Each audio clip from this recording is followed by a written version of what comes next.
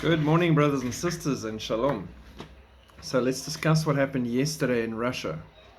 Dubbed as the Satan II, Russia test fires intercontinental ballistic missile Sarmat. Amid the ongoing war between Russia and Ukraine, President Vladimir Putin showcased his power to the West by launching Sarmat, an intercontinental missile. This is like their number one missile. Amid the ongoing war between Russia and Ukraine, he showcased his power to the West by launching this intercontinental ballistic missile on Wednesday. During its launch, Putin said the latest missile launch is capable of firing up to 15 nuclear warheads in a single strike. One missile, 15 nuclear warheads. According to him, the launch is able to overpower all means of missile defense and would make the West think twice before harboring any aggressive intentions towards Moscow. There is not and won't be anything comparable in the world, he said. The missile was launched on the one side of Russia and covered the entire distance of Russia in 15 minutes. Now, I want you to think about that. Go and look at a map, see how big Russia is. 15 minutes.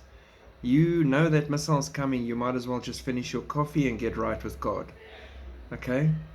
It can wipe out an area the size of France. Again, go look at a map. You're not hopping in your car and rushing out of the blast zone in 15 minutes. Why die tired?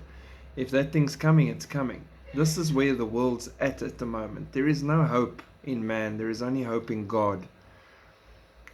And if anyone thinks Russia's powerless or showing weakness or whatever, think twice. Meanwhile, in a statement, the Russian Defense Ministry said that the ICBM was launched from Plex launch facility in northern Russia, and its practice warhead successfully took out the mock targets in the Kamchatka Peninsula. The joke is, when they spoke to John Kirby at the Pentagon, he said, "Such testing is routine, it's not a surprise, we don't see it as a threat to the United States or its allies." Seriously? Not a threat, not worried, nothing. It makes me worry about the United States' ability to actually see and sense threats, because they're so relaxed in thinking that this man will never do it, that when he does do it, it's going to come as such a shocking surprise that no one's going to be ready for it. And that's what I want people to think about and realize. Everybody's thinking, oh no, Russia's failing, it's been a month now in Ukraine, he's still not won. How long was America in Iraq and those countries? How long were they in Afghanistan?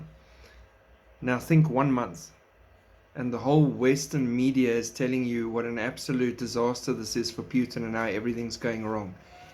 He's showing a lot of restraint in not using these kind of weapons, and America and the West not expecting him to use these weapons, which as a chess player can be very indicative of a master chess player preparing moves 6-7 moves ahead of his enemies. Him and China have something up their sleeves, and when they do attack or launch, America and the West is going to be saying things like, no, it's not a threat. People, these things are real. We're living in 2022, a time of wars and rumors of wars. You need to get yourself right with God.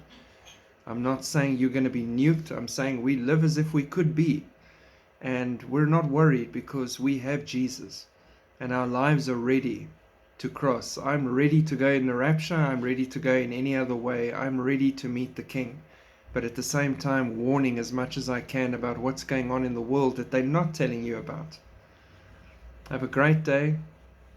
God bless. Shalom.